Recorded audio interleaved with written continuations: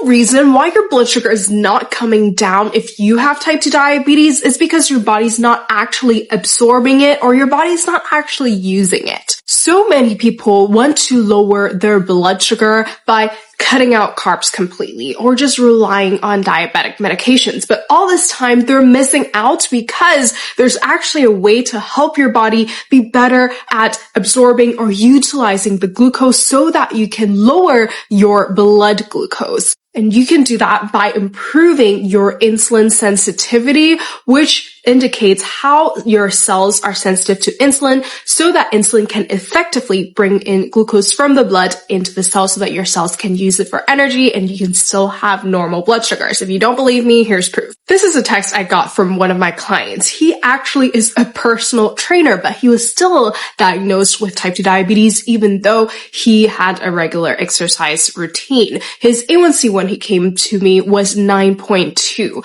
And instead of going the traditional way of cutting out carbs and relying solely on diabetic medications, he decided to reverse his insulin resistance. Insulin resistance is caused by a buildup of fatty acids in your cells, and that turns off insulin receptors where insulin can't effectively bring in glucose from the blood into the cells, and the glucose is stuck in the blood, and that is what causes high blood sugar. And that's what caused him to have an A1C of 9.2. And when he was able to change his diet to a whole foods plant-based diet, now you don't have to go completely vegan or vegetarian. That's not the point. The point is what happens 80-90% of the time. When he was able to do that, he was able to lower his A1C to 5.4 because he was able to quote unquote clean out the fatty acids from his cells. And that made him